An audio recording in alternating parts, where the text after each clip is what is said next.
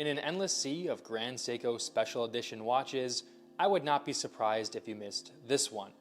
This is the Grand Seiko SBGW303, and it is also my newest purchase. Now, I've always really enjoyed Grand Seiko as a brand, and in fact owned a couple 9F quartz models a few years back. To this day, I still think those watches are some of the best deals on the pre-owned watch market. However, this is my first jump into their mechanical line of watches. As I mentioned just a second ago, Grand Seiko releases a lot of limited edition watches. This one in particular was limited to 400 pieces and was distributed only by European Grand Seiko Boutiques.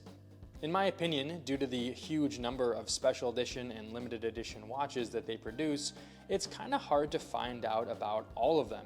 In fact, there may be a perfect special edition watch for you that exists that you don't know about because it just went under the radar. With that being said, I'm very grateful I found this watch, as I found it just sort of randomly scrolling online and immediately knew it was the one for me. So in this video, I want to present to you everything about this watch, the Grand Seiko you may have never heard of.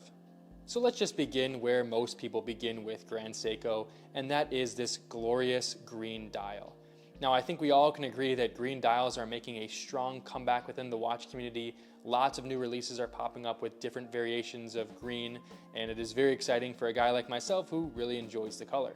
One thing I really enjoy about the dial is that under artificial light and sort of standard indoor lighting, it comes off as a very olive, dark green color.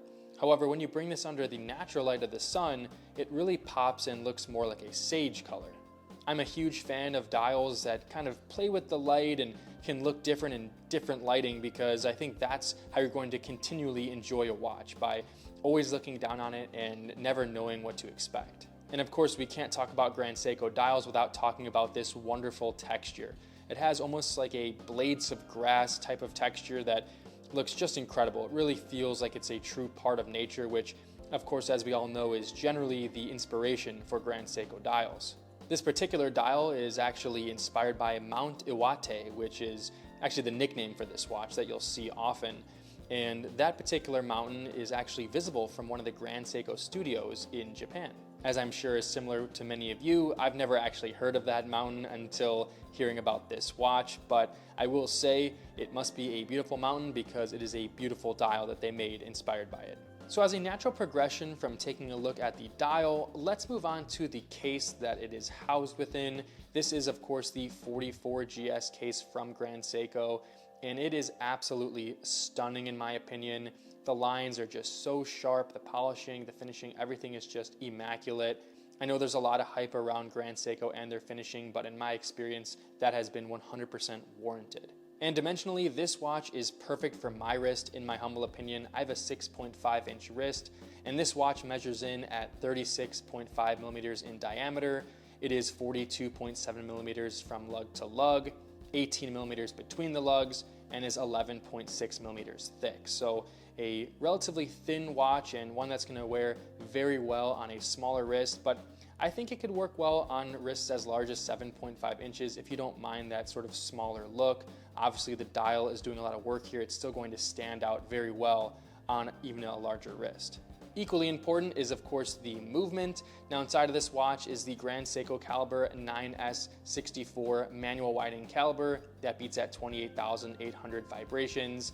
It also has a 72-hour power reserve, is accurate to +5 to -3 seconds a day, has been adjusted to 6 positions, and is shock and magnetic resistant. So yeah, certainly a nice movement. I think one that is on par with watches in this $5,000 to $6,000 price range. But my only real gripe with the movement is that you can't see it. Grand Seiko have amazing finishing on their movements, and you can see that in a lot of open caseback models. This one just has a closed caseback that says it is a limited edition. So a bit disappointing, but you know what? Either way, it's a nice movement. I can't complain that much.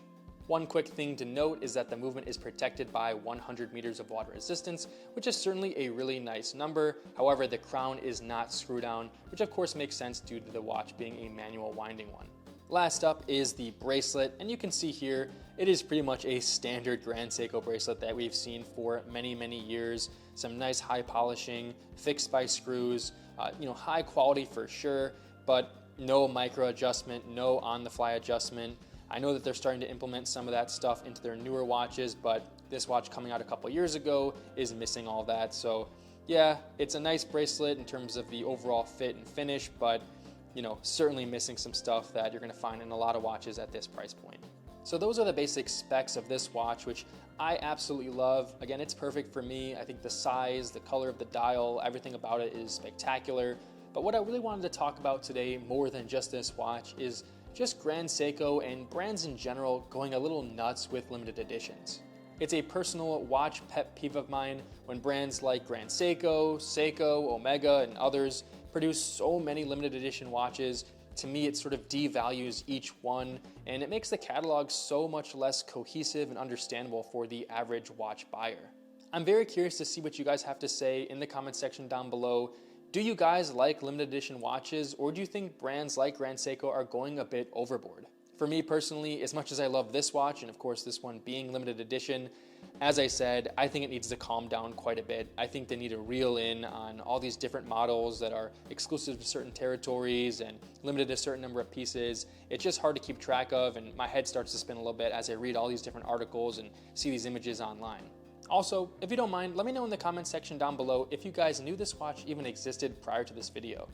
Maybe I can prove my point here that too many limited editions exist and that it's hard to keep track of them all, to the point where we literally don't even know some watches exist. Or maybe I'm wrong, maybe you guys knew about this one the whole time and maybe I was just missing out.